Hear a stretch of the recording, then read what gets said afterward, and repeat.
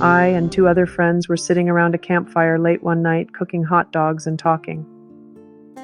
We had just arrived in Santa Fe, New Mexico, after a long road trip from Oklahoma, passing through the vast expanse of Texas.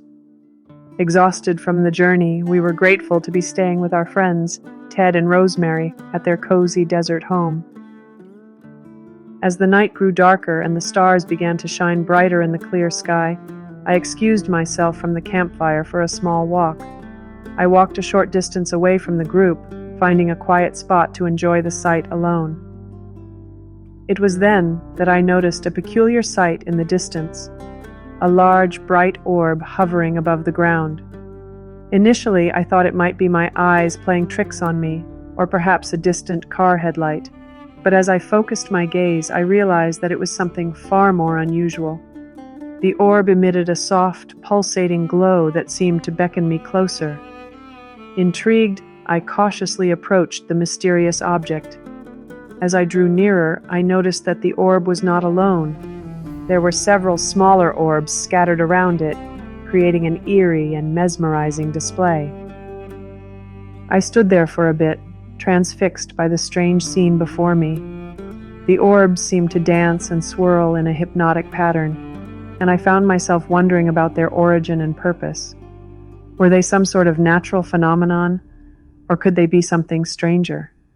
As quickly as they appeared, they vanished into the void. The next morning, I eagerly shared my experience with my friends over breakfast. We decided to investigate the area where I had spotted the orbs, hoping to find some clues that might shed light on the mysterious occurrence. As we trudged through the desert landscape, we noticed that the ground beneath our feet felt spongy and malleable. Ted, an experienced outdoorsman, remarked that the soil conditions were perfect for preserving footprints or other evidence. We scoured the area, searching for any signs of the orbs or their origins. While we didn't find any clear tracks, we did stumble upon an intriguing discovery. Half buried in the sand was a peculiar rock, its surface smooth and polished, unlike the rough, jagged stones that surrounded it. Upon closer inspection, we noticed that the rock bore a strange glyph, seemingly created by a precise arrangement of sticks. We couldn't help but wonder if it was somehow connected to the orbs I had witnessed the night before. That night, as we sat around the campfire once again, the conversation inevitably turned to the strange events of the past 24 hours. We shared our thoughts and speculations, each of us offering a different perspective on what we had experienced.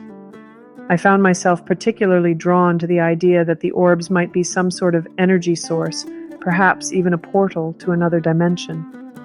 The thought of Bigfoot being drawn to these orbs, maybe even using them for some unknown purpose, was interesting to me.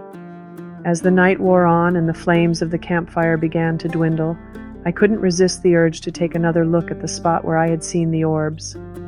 Excusing myself from the group, I made my way back to the location. To my surprise, the orbs were there once again, hovering silently in the darkness. But this time I noticed something else, a figure standing motionless beside them. At first, I thought it might be my mind playing games with me, but as my eyes adjusted to the darkness, I realized that I was staring at something really weird. Standing before me was a hairy being with eyes that seemed to glow in the moonlight. It was Bigfoot, and he was watching me. For a moment, I was frozen in place, unsure of what to do. But then, to my amazement, the creature raised one of its massive hands and gestured towards the orbs, as if inviting me to take a closer look. Hesitantly, I approached the orbs, my mind racing with questions and theories. As I drew closer, I noticed that the orbs seemed to be pulsating in sync with the rhythmic breathing of the Bigfoot. It was as if the two were connected in some mysterious way, their energies intertwined. I reached out tentatively, my fingertips brushing against the surface of one of the orbs. To my surprise, it felt warm and tingly, like a gentle electric current passing through my skin. The Bigfoot watched me intently, its eyes flickering with an intelligence. As I stood there, bathed in the soft glow of the orbs and the presence of this strange creature, I couldn't help but feel a sense of awe. Whatever the true nature of the orbs and the Bigfoot, I knew there had to be a special connection between them. Suddenly, as if sensing my thoughts, the Bigfoot turned its gaze away from me and towards the vast expanse of the desert. In a single fluid motion, the creature took a step forward, and then another, its massive form moving with a grace that seemed impossible for its size. I watched in amazement as the Bigfoot strode purposefully towards the horizon, the orbs bobbing and weaving around it like loyal companions. With each step, the creature seemed to blend into the darkness, its outline becoming less and less distinct until it was little more than a shimmering silhouette against the starry sky. The orbs, too, winked out of existence, leaving no trace of their presence save for the faint tingling sensation that still lingered on my fingertips. In the moments that followed, I stood there in silence, my mind struggling to process what I had just witnessed.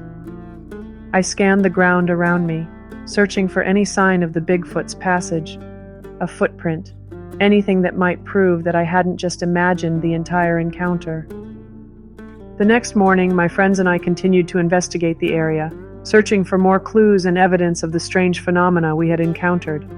We never found anything else since the first night,